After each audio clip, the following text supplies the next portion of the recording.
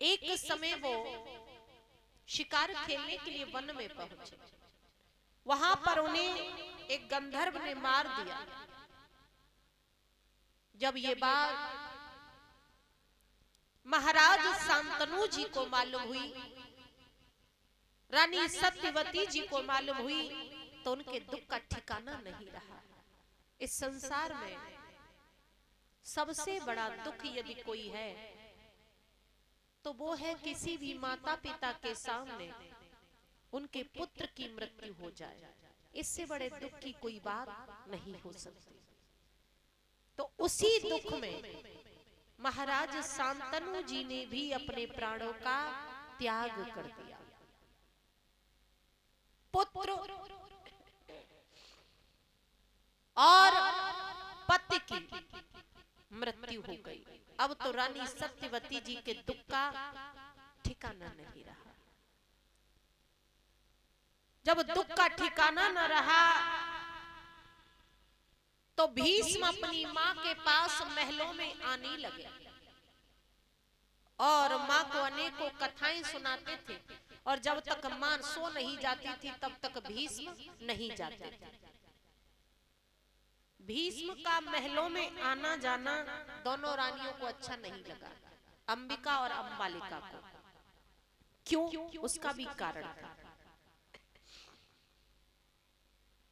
रिश्ते में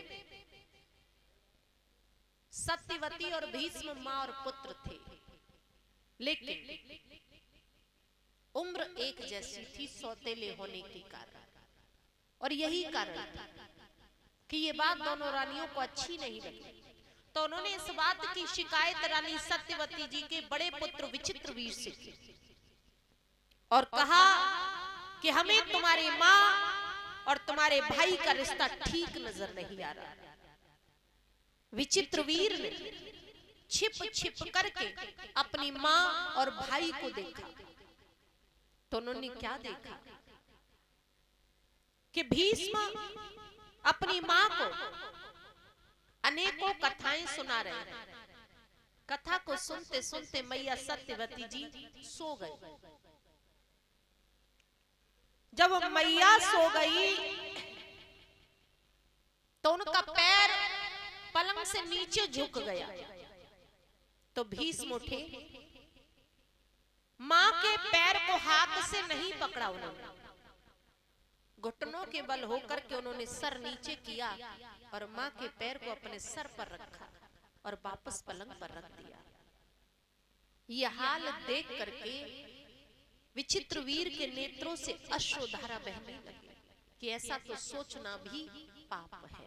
लेकिन छिप छिप करके देखने के कारण उन्हें मनसा पाप लग गया।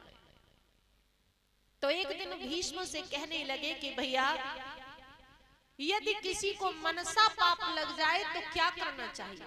भीष्म को नहीं मालूम था कि ये पाप उन्हीं के भाई को लगा।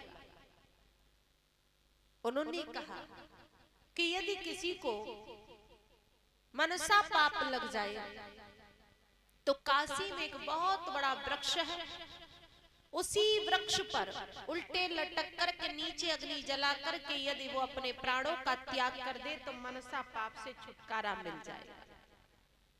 विचित्रवीर ने काशी में जाकर के अपने प्राणों का त्याग कर दिया।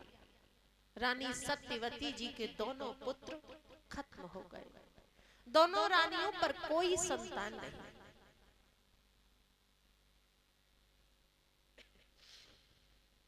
वंश के बढ़ने की संभावना बिल्कुल खत्म हो गई। अब तो रानी सत्यवती जी के दुख का पारावार ही नहीं रहा। तो उन्होंने भीष्म को बुलाया और कहा कि बेटा भीष्म, अब आप ही इन रानियों को अपना लो जिससे ये वंश आगे बढ़ जाए। तो भीष्म ने कहा, मां, ये वंश आगे बढ़े या यही खत्म हो जाए, लेकिन मैं इन रानियों को नहीं अपना सकता।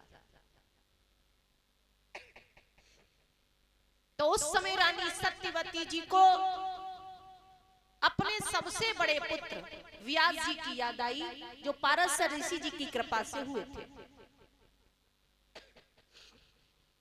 नेत्र बंद किए और व्यास जी का ध्यान किया तो व्यास जी प्रकट हुए और कहा कि कहिए मां, आपने हमें क्यों बुलाया है? तो रानी सत्यवती जी ने सारा हाल कह सुनाया और कहा कि अब आप ही इन रानियों को अपना लो जिससे ये वंश आगे बढ़ जाए। तो व्यास जी ने कहा कि हम इन रानियों को अपना तो नहीं सकते, लेकिन वंश को बढ़ने का उपाय हम जरूर बता सकते हैं। जिस समय हम नेत्र बंद करके योग आसन पर बैठे, उस समय यदि ये दोनों रानियां निर्वस्त्र होकर के हमारे सामने से निकल जाएं तो संतान हो सकती है। ये बात एक दासी भी छिप करके सुन रही थी। तो सत्यवती जी ने यह हाल अंबिका और अंबालिका को कह सुनाया। पहले तो दोनों रानियों ने इस बात के लिए मना कर दिया, लेकिन सत्यवती जी ने समझाया कि इसके अलावा कोई और उपाय भी नहीं है। तो दोनों रानियां इस बात के लिए राजी हो गई। तो सबसे पहले अंबिका चली। अंबिका ने अपने आप को केसों से ढक लिया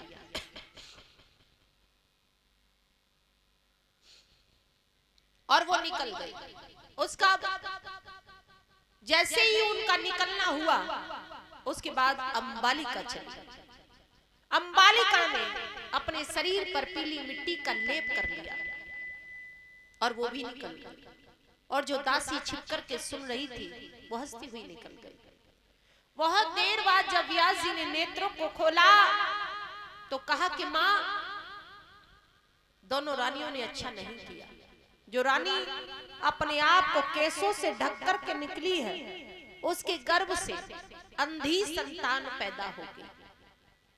और जो रानी अपने शरीर पर पीली मिट्टी का लेप करके निकली है, उसके गर्भ से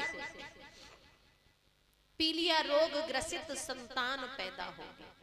और दासी के गर्भ से महान विद्वान पुत्र जन्म लेगा। इतना कह करके व्यास जी चले जाते हैं। बोली गोविंद भगवान की।